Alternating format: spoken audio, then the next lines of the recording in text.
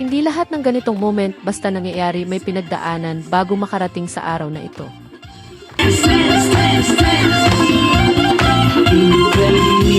Ang laging hanap-hanap tumula sa pagkaliwa sa tuwa, mga kababayan napapainda. Ganyan o pantay.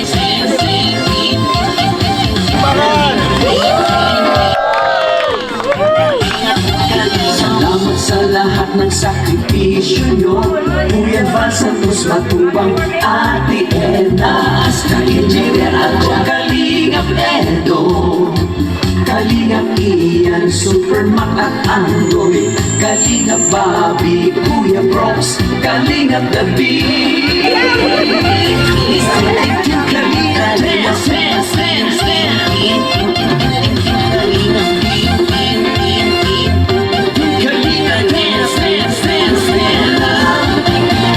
Wow, grabe! pag-ingat nyo sa Mr. J, pinalis ka Mr. J!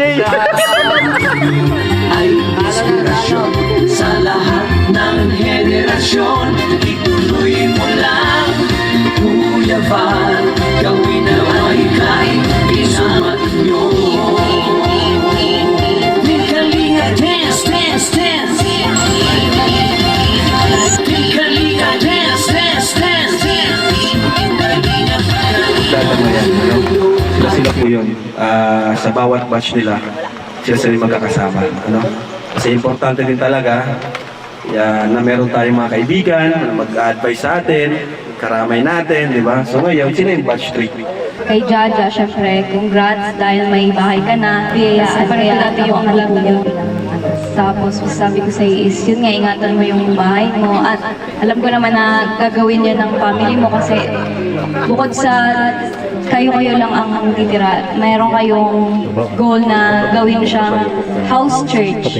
Kaya sobrang laking thank you din kila Kuya Ram kasi ma-achieve niyo yung gusto niyo. Kaya yun lang, congrats. Sa'yo, Jaja, tapos sa family mo. Syempre, sa bagong bahay na to, I hope magkaroon kayo ng new beginnings.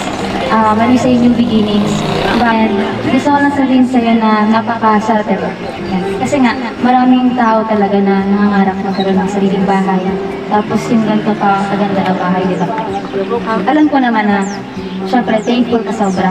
And sana, sabi din ni Lela, alagaan mo yung bahay na to. Kasi same as pag-alaga mo sa family mo and sa sarili mo. Congrats, Jaja. And kila Kuya Ram, thank you po kasi ayun, hindi ka na hindi na kayo magrerenta ng bahay para makatulog kayo ng maayos.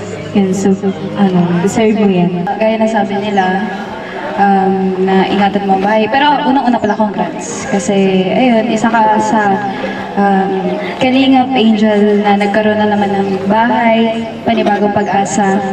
Ayun, ang masasabi ko lang is, ayun, gaya na sabi nila, ingatan mo yung bahay, kaya na pag-ingat mo sa pamilya mo. At syempre, lagi tayo magpapasalamat sa kung sino man yung tumutulong sa atin, walang sama tumutulong sa atin. Sila yung mga taong hindi humihingi ng kapalit.